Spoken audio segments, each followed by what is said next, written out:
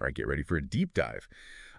Today, we are going to be exploring some really fascinating ideas from Naval Ravikant and the Law of One. Two sources that you might not think go together, but trust me. Yeah. We'll see how these worlds, practical wealth building Mm, and cosmic consciousness can actually work together. totally. I mean, we've got Naval Ravikant, right? Like this Mm. super successful entrepreneur, Right. investor, really sharp guy. And his book, The Almanack of Naval Ravikant. Yeah. It's full of these really powerful ideas about how to, like, build wealth and create a fulfilling life. hmm And it's resonated with so many people. It's interesting. I'm thinking about how practical he is. Yeah. There's no fluff with Naval. Right. He's like cut to the chase, escape the 9 to 5, build wealth through leverage. Leverage, yeah. And maybe most importantly, understanding how our own desires Oh, can yeah. actually trip us up, can sabotage our happiness. Okay, see, that's what I find so fascinating, right? Yeah. Because this idea of desire, like, it can be a trap. That actually reminds me of something from the Law of One. You familiar with this at all? Oh, yeah. So it's this channeled text, right? Yeah. Claims to be communication from an entity called Ra. Okay. And it goes into this really intricate cosmology of, like, densities and spiritual evolution and, the nature of reality itself. I mean, it really goes deep, Yeah. I mean, just that word densities. Yeah. It's like, okay, we're talking about different levels of being and different vibrational frequencies. It's really fascinating. And the thing is, it's like how the Law of One approaches this idea of desire, hmm it kind of like aligns with what Naval's saying, Right. but on this like cosmic scale, It's like they're both saying, choose your desires carefully, Mm-hmm. but Naval is focused on like minimizing those shoulds, those things. Right. The things that society is telling us Yeah, that exactly. we should want. Yeah. And the law of one is like, look, as you evolve spiritually, Right. your desires, they naturally change. They shift from material stuff to a focus on like unity and understanding. Whoa. So we're going from like, quitting your job and building a business to choosing desires that are aligned with our soul's evolution through different densities. Yeah, Okay, this is already getting wild. it's a lot to unpack for sure. Let's start with some of Naval's core principles, the practical stuff on building wealth. Then we'll see how that maybe connects to the law of one. What do you think? Let's do it. So Naval, he's all about leverage, right?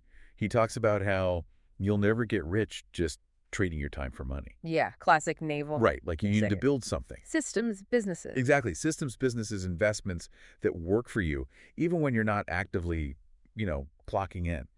And he uses this example. He's like, think about building a software company that serves millions versus being a doctor who can only see a limited number of patients each day. Oh, yeah, that's a good one. Right. Yeah. And it's like that idea of leverage, it actually reminds me of this concept in the Law of One called focused energy. Oh, interesting. So they suggest that, like, by aligning your thoughts, your emotions, even your actions with your desires, Right. you're essentially creating this kind of energetic momentum Oh, wow. that attracts those desires into your reality. So it's like Naval's talking leverage in the material world, right? Yeah, exactly. And the law of one's talking leverage on a spiritual level, like Yeah. using focused intention to manifest. Yes, it's wild. That's really interesting. Right. They're both pointing to this underlying principle that, like, true power comes from aligning yourself with something bigger than yourself. Right, whether it's technology or compound interest or, the universe itself. Okay, that's a serious aha moment for me. But it also makes me wonder, like, is this all just about getting what you want? Does the Law of One even encourage that kind of ambition? That's where it gets even more interesting. See, the law of one, they talk about two paths, service to others and service to self. And it's not about, good versus bad or anything like that. It's just two different approaches to how we evolve spiritually. And the key here is that your desires, whatever they are, Mm-hmm. they should be aligned with your chosen path. So even if you're using this, like, spiritual leverage to manifest, Yeah. it should ultimately be in service of something bigger than just yourself. Exactly. And this is where I think Naval's emphasis on creating value comes in. He's always talking about finding that thing that the world needs but doesn't know how to get and providing it at scale. He even says, the internet has made this easier than ever. Okay, so building a successful business, like solving a real problem, Right? that could actually be seen as a form of service to others. It certainly could. especially if your motivation, like deep down, Right. is to genuinely make people's lives better, to contribute something positive. It's about using your skills and talents to make a real impact. So it's not just the actions, it's the intentions behind them. Exactly. And the law of one, I think they would say that even the most ambitious, like wealth building stuff, it can be aligned with spiritual evolution as long as it's guided by, love and compassion and a desire to serve. So we're talking about like bridging this gap between practical wealth building and like cosmic principles. Yeah. Okay. That's pretty wild. It's a lot to think about. And it raises a big question like, can we actually apply this to our own lives? Can we pursue material success and spiritual growth at the same time in a way that feels, harmonious and fulfilling? That's a great question. And I think it's one we'll be exploring a lot more as we continue this deep dive. It's funny, both Naval and the Law of One really hit on this idea of mindset. Like Naval talks about how happiness is a skill, something you work at. Yeah, it's not just like, oh, I woke up happy today. It's more intentional. Exactly. It's not some trait you're born with. It's Right. something you cultivate. And then, he's got this whole thing about desire, how it's like basically a contract to be unhappy until you get what you want. Yeah, like setting yourself up for disappointment. Right. So you got to be careful what you wish for, right? Choose those desires wisely. And that reminds me of this concept from the Law of One, this idea of catalyst. Okay. Yeah, So catalyst. they're saying every experience we have, Mm-hmm. even the tough ones, Right. The challenges. yeah, they're all designed to help us learn and evolve spiritually. It's like the universe is throwing these opportunities at us. Tests. Yeah, to choose love over fear, wisdom over ignorance. So instead of like, getting caught up in wanting things and being miserable until we get them, it's about seeing it as a chance to learn and grow. Totally. Detach from the outcome, you know? Focus on who you're becoming in the process. And hey, maybe that process leads you to use your wealth to make a real difference. Okay, so that brings us back to Naval and his ideas about building wealth. He talks a lot about creating value, giving society what it needs but doesn't know how to get. He's got this quote. He says, "Find the thing that needs you the most." And I think that really resonates with what the Law of One says about wanderers. Oh, interesting. Tell me more about these wanderers. Okay, so according to the Law of One, wanderers are basically souls from higher densities who choose to incarnate on Earth to help with the planet's evolution. Wow, that's a big job. Right. And they're drawn to specific tasks, like their soul has this mission to accomplish where their skills and talents can, make a real impact. Okay, so let me see if I'm following you.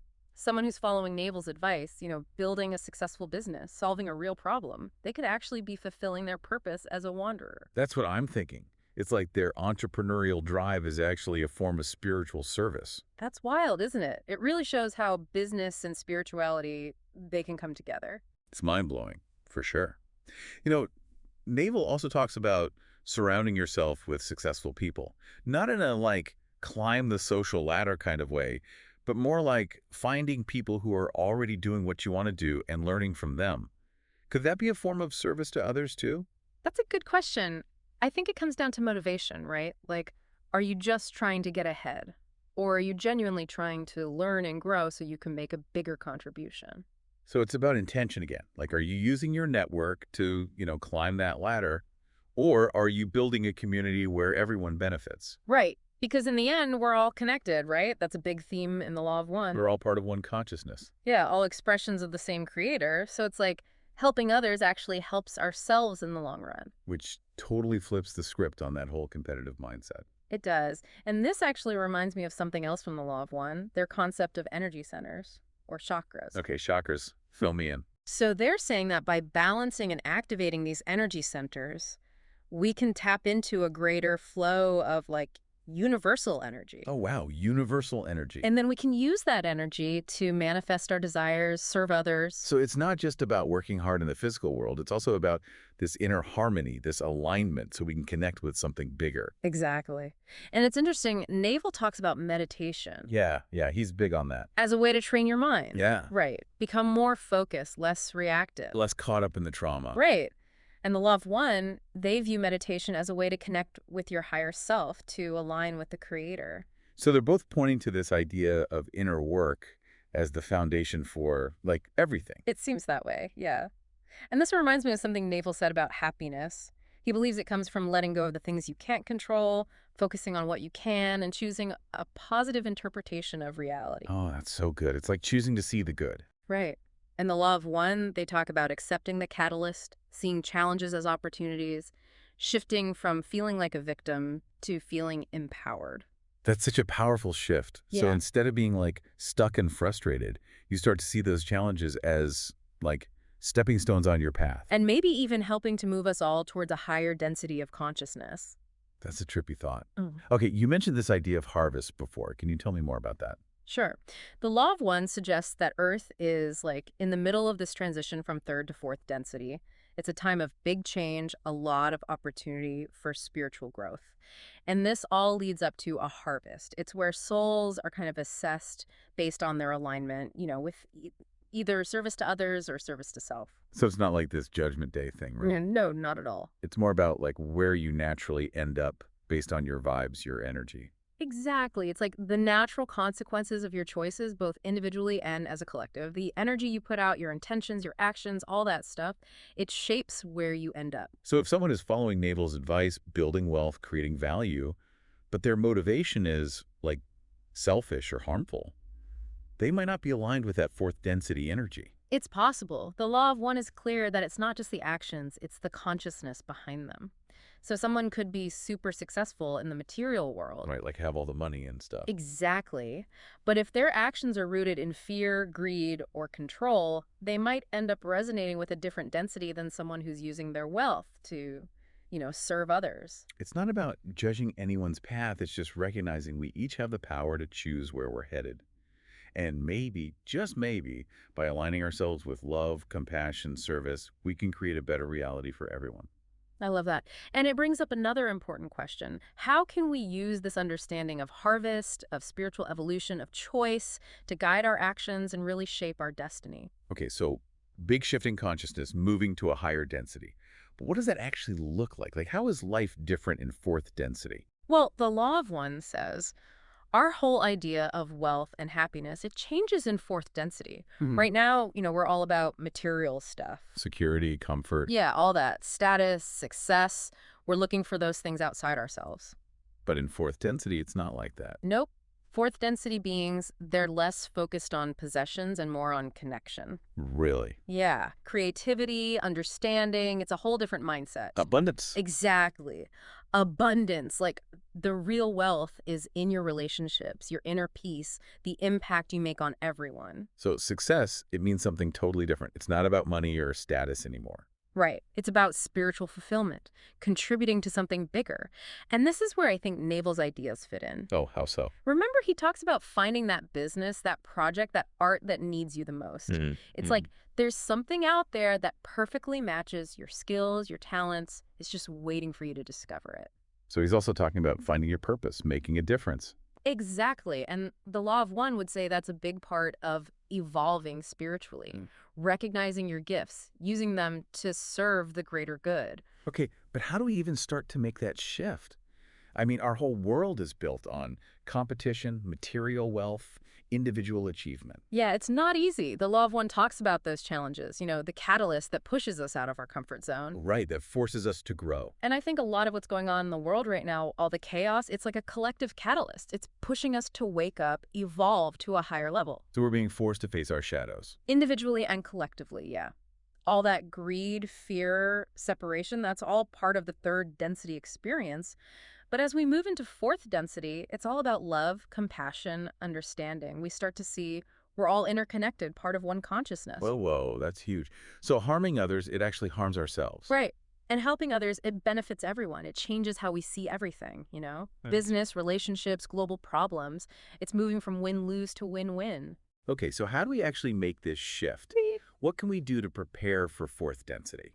The law of one says, seek knowledge, seek understanding. Become conscious seekers, always questioning, exploring, expanding your awareness. So don't just take in information passively, actually engage with it. Let it change you. Yeah, exactly.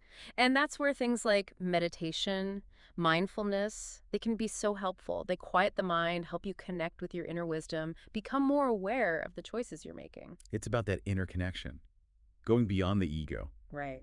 And as we do that, as we surrender to the process of evolution, the law of one says we naturally start to resonate with fourth density energy.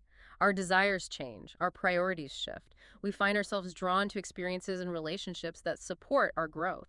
It's like we become magnets for what we're meant to be doing, who we're meant to be with. And that's when the real magic happens. When we align with our true selves, with love and service, we tap into this incredible power. We become co-creators of a better reality, not just for ourselves, but for everyone. That's an amazing thought. Yeah. Makes you want to get out there and make things happen, Work on yourself, make the world a better place. I know, right? And the best part is, you don't have to wait. You can start right now.